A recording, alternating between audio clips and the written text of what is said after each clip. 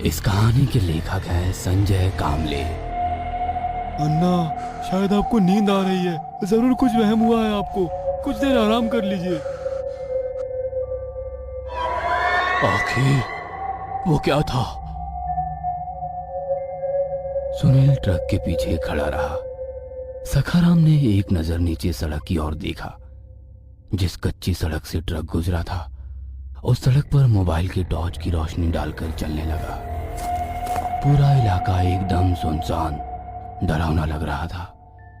घुटनों तक हरी घास का मैदान, बीच बीच में छोटी मोटी झाड़ियां और बीच में से निकलती कच्ची सड़क। दूर दूर तक ना कोई घर, ना इंसानी बस्ती नजर आ रही थी। पीछे चलते हुए सखाराम एकदम से चौंक गया। ट्रक के पीछे 50 फीट की दूरी पर एक बबूल का सूखा पेड़ नजर आ रहा था। उन्होंने टॉर्च की रोशनी पेड़ के ऊपर मारी और धीरे धीरे आगे बढ़ने लगे।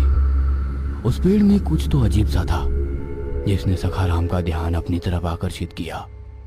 सखाराम को इस तरह आगे बढ़ता देख सुनील थोड़ा डर गया और विनती के स्वर में सखाराम से कहने लगा, अन्ना, इलाका अजीब सा लग रहा है। चलिए यहाँ से जल्द निकलते हैं।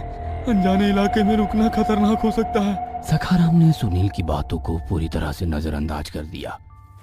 वे एक एक कदम चलते हुए उस बबूल के पेड़ के पास पहुंच गए और अब टॉर्च की रोशनी में उन्हें सब कुछ साफ साफ नजर आ रहा था, और जिसकी वजह से सखाराम भी थोड़े डर गए।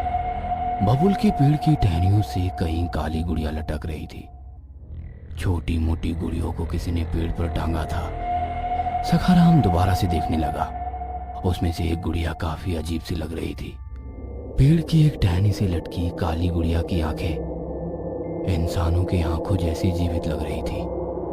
उस गुड़िया के गले में रस्सी का एक छोर बंधा था, तो दूसरा पेड़ की टहनी से बंधा था। जैसे वो सखाराम को घूर रही थी। चारों ओर फैले गहरे सन्नाटे की वजह से दिल में अजीब सा डर पैदा हो रहा था। सखाराम ने धीरे से अपना हाथ आगे किया। सखाराम के दिल की धड़कन तेज हो रही थी। ट्रक के पास खड़ा सुनील चुपचाप सखाराम की वो हरकतें देख रहा था। अपना हाथ आगे बढ़ाते हुए उस गुड़िया के पास ले गया और अगले ही पल उस गुड़िया के पीछे से एक चमगादड़ चीखता हुआ तेजी से आसमान की ओर झपट पड़ा। उस आवाज से सखाराम के पैरों के नीचे से जमीन सरक गई। वो धड़ाम से पीछे की ओर गिर गए। सखाराम को इस तरह जमीन पर गिरा देखकर सुनील काफी डर गया, और तभी अचानक से बहने वाली हवा के झोंकों ने जमीन पर खड़ी घास पत्तियां हिलने लगी। यह देखकर सुनील की धड़कनें तेज हो गई। अन्ना, अन्ना जल्दी उठो, निकलो यहाँ से। ये जगह कुछ अजीब सी लग रही है। सखाराम की नजरें अभी भी पेड़ के ऊपर ही टिकी थी, और तभी उन्हें पेड़ के पीछे एक काली परछाई नजर आई जो सखाराम को ही घूर रही थी। सखाराम की नजरें परछाई पर ही टिकी थी। वो धीरे धीरे उठकर खड़ा होने लगा।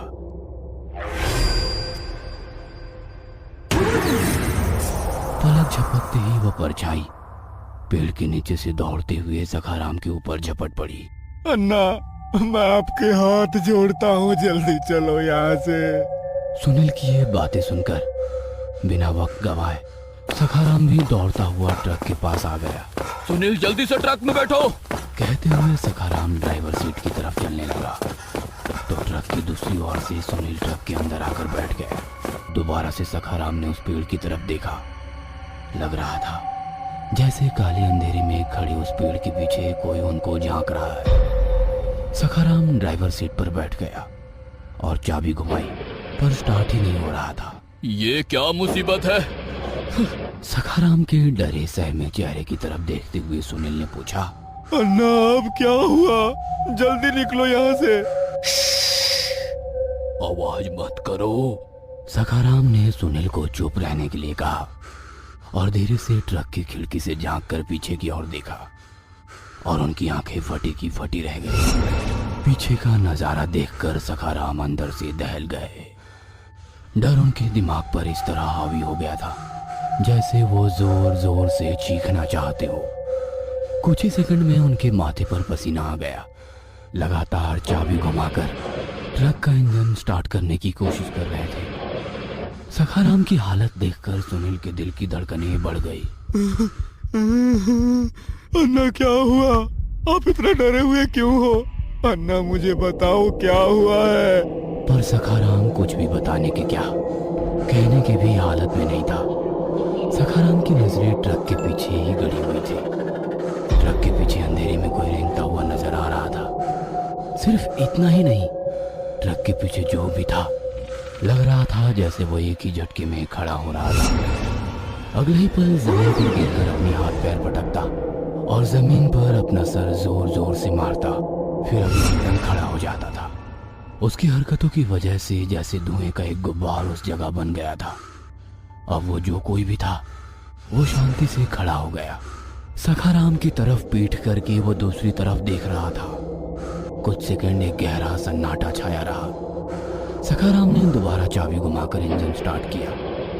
किस्मत से इस बार इंजन स्टार्ट हो गया और पीछे खड़ी उस डरावनी आकृति ने झट से अपनी गर्दन घुमाकर सखाराम की ओर देखा और आसमान हिला देने वाली खौफनाक आवाज उस आकृति के मुंह से निकलने लगी। ट्रक शुरू हो चुका था और कुछ ही सेकंड में उनका ट्रक कच्ची सड़क पर दौड़ने लगा। सखाराम खामोश होकर ट्रक चला रहे थे। डरा सहमा सुनील भी चुपचाप पीछे बैठा ट्रक की कांच से आगे देख रहा था।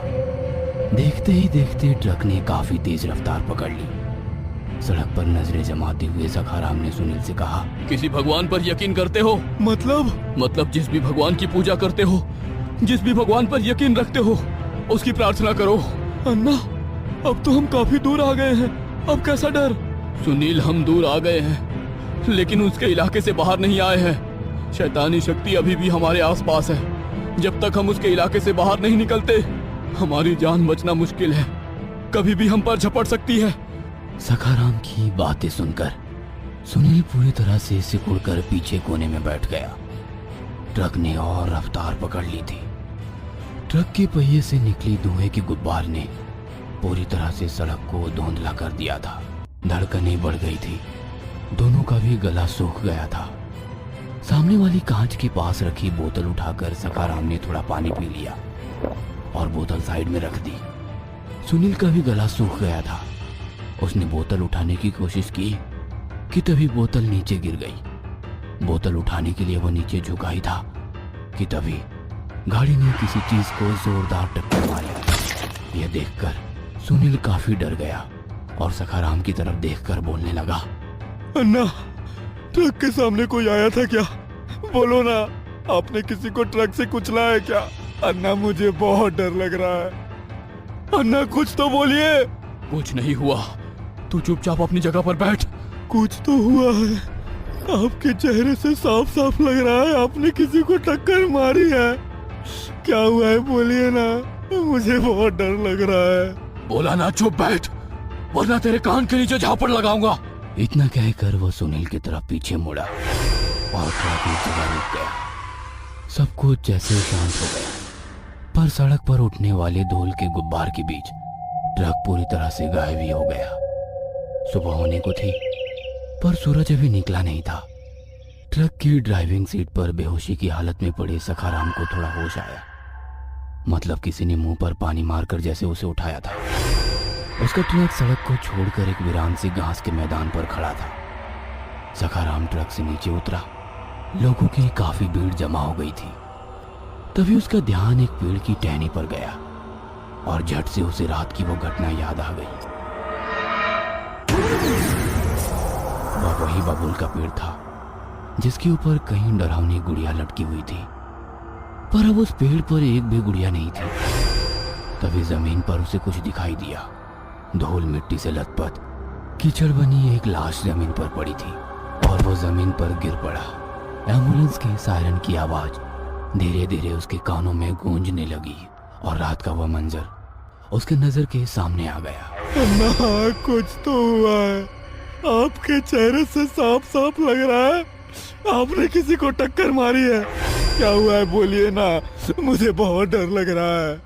वो शैतानी आत्मा तुम्हारे रूप में ट्रक के सामने आई थी जिसे मैंने कुचल दिया। अब तो चुपचाप बैठ, वरना तेरे कान के नीचे झापड़ लगाऊंगा। इतना कहकर वो सुनील की तरफ पीछे मुड़ा और सन्न रह गया, क्योंकि ट्रक में सखाराम के पीछे वाली सीट पर सुनील नहीं बल्कि वो बुढ़िया थी जो बबूल के पेड़ से लटक रही थी। उस दूर दूर तक फैले हरे घास के मैदान में सखाराम का ट्रक खड़ा था।